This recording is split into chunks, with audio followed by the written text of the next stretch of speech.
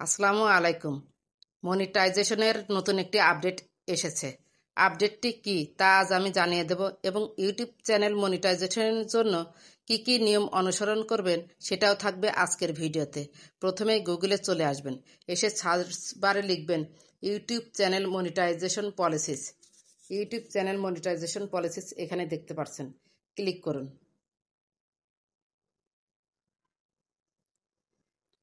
এখানে নিচের দিকে একটু স্ক্রল করবেন।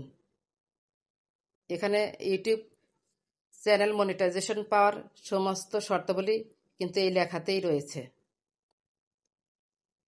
আপনারা পড়ে নেবেন বাংলা অনুবাদ করে। এখানে দেখতে পাচ্ছেন মেইন থিম, প্রথম পয়েন্টটা।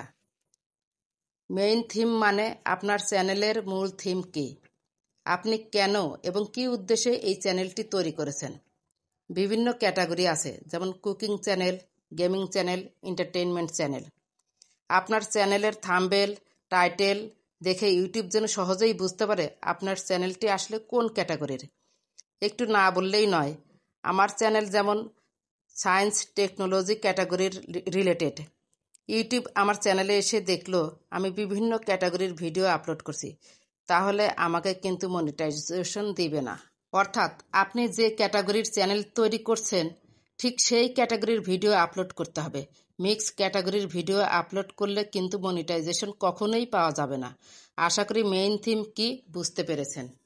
2 নম্বর পয়েন্ট দেখতে পাচ্ছেন মোস্ট ভিউড ভিডিওস, মানে মোস্ট ভিউ কোন ভিডিওটিতে এসেছে। আপনার চ্যানেলের বেশি ভিউজ কোন ভিডিওতে এসেছে সেটি চেক করবে ইউটিউব। ইউটিউব আগেই বলেছে আপনার চ্যানেলের সবগুলো ভিডিও চেক করা কিন্তু সম্ভব নয় ইউটিউবের পক্ষে। তাই যে ভিডিওতে বেশি ভিউজ এসেছে সেটি চেক করে দেখবে। আপনি যে ভিউজগুলো পেয়েছেন সেগুলো কি অর্গানিকভাবে এসেছে নাকি কোনো থার্ড পার্টি অ্যাপের মাধ্যমে এসেছে। অর্গানিকভাবে ভিউজগুলো এলে আপনি মনিটাইজেশন পাবেন, আর তারা যদি ভিউজগুলো চেক করে দেখে কোনো থার্ড পার্টি অ্যাপের মাধ্যমে এসেছে তাহলে কিন্তু মনিটাইজেশন পাবেন না। 3 নম্বর পয়েন্ট দেখতে পাচ্ছেন নিউয়েস্ট ভিডিওস, মানে হচ্ছে নিউয়েস্ট ভিডিও মানে এখনকার পাবলিশ করা ভিডিও আর পূর্বের পাবলিশ করার ভিডিওর মধ্যে অবশ্যই মিল থাকতে হবে। ইউটিউব দেখবে যে আপনার বর্তমান ভিডিও যে ক্যাটাগরির, পূর্বের ভিডিওগুলো সেই ক্যাটাগরির কিনা। যদি মিল না পায় তাহলে মনিটাইজেশন পাবেন না।